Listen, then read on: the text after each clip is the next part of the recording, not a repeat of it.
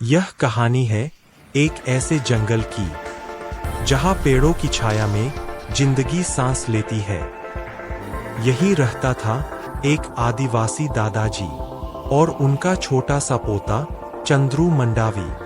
दादाजी के लिए जंगल सिर्फ पेड़ नहीं था, वो उनका घर था, उनका परिवार था। और चंद्रू उसी जंगल में खेलते खेलते बड़ा हो रहा था। एक दिन जंगल की गहराई में दादाजी को एक आवाज सुनाई दी, डरा हुआ, भूखा हुआ। वो था शेर का एक खोया हुआ बच्चा। दादाजी समझ गए, अगर इसे यही छोड़ दिया तो ये जिंदा नहीं बचेगा। उन्होंने शेर के बच्चे को उठाया और अपने साथ घर ले आए। जब चंद्रू ने शेर के बच्चे को देखा तो डर नहीं लगा। उसने मासूमियत से कहा, दादा, ये तो मेरे जैसा ही है। उस दिन से चंद्रू और शेर का बच्चा अलग नहीं रहे। एक इंसान का बच्चा और जंगल का राजकुमार दोनों साथ खेलने लगे। कभी पेड़ों के बीच दौड़ते, कभी मिट्टी में लौटते। जंगल उनकी खेल की दुनिया बन गया और दोस्ती उनकी ताकत। नदी किनारे बैठकर चंद्रू मछली पकड़ना सीखता और शेर का बच्चा पानी में कूदकर खेलता। वक्त किसी का इंतजार नहीं करता। चंद्रू थोड़ा बड़ा होने लगा और शेर का बच्चा धीरे धीरे ताकतवर बनने लगा। दादाजी अक्सर कहते, जंगल दोस्त भी है और इम्तिहान भी। चंद्रू ये बात तब समझ नहीं पाया। जंगल वही था, लेकिन हवा में कुछ बदल रहा था। खामोशी अब डरावनी लगने लगी थी।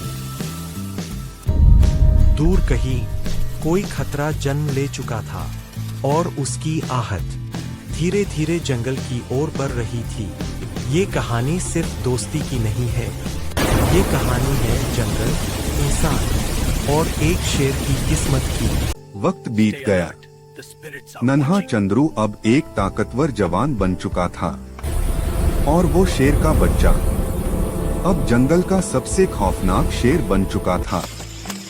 दादाजी अब बूढ़े हो चले थे, पर आंखों में जंगल की वही आग अब भी जिंदा थी। एक दिन जंगल की शांति टूट गई। बंदूकों की आवाज और मशीनों का शोर गूंज उठा। पेड़ों ने चीखना शुरू किया और जानवर डर के मारे भागने लगे। चंद्रू का खून खौल उठा। उसने पहली बार इंसान के खिलाफ हथियार उठाया।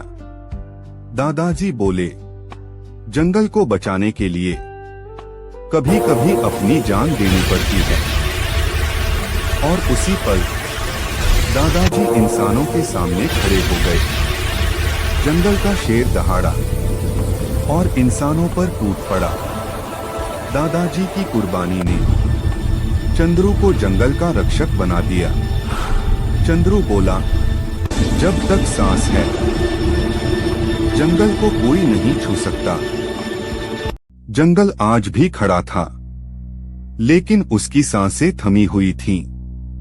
चंद्रू की आंखों में अब मासूमियत नहीं, एक योद्धा की आग जल रही थी। उसी जंगल में अब एक शेर था, पूरा ताकतवर। वो बच्चा नहीं रहा था। उसी जंगल में एक शेर खड़ा था, पूरा ताकतवर, जंगल का राजा। चंद्रू ने शेर की ओर देखा और बिना शब्दों के सब समझ लिया। अचानक जंगल गोलियों और आग से कांप उठा। धरती ने दर्द से चीख लगाई। शेर दहाड़ा और जंगल कांप उठा। चंद्रू आगे बढ़ा, भाला कसकर पकड़े। ये बदला नहीं था, ये रक्षा थी। शेर और इंसान साथ खड़े थे। अब डर इंसानों की आंखों में था। जब धुआं छंटा, जंगल ने सांस ली, लेकिन अब वो पहले जैसा नहीं था। चंद्रू अब सिर्फ इंसान नहीं था, वो जंगल की आवाज बन चुका था।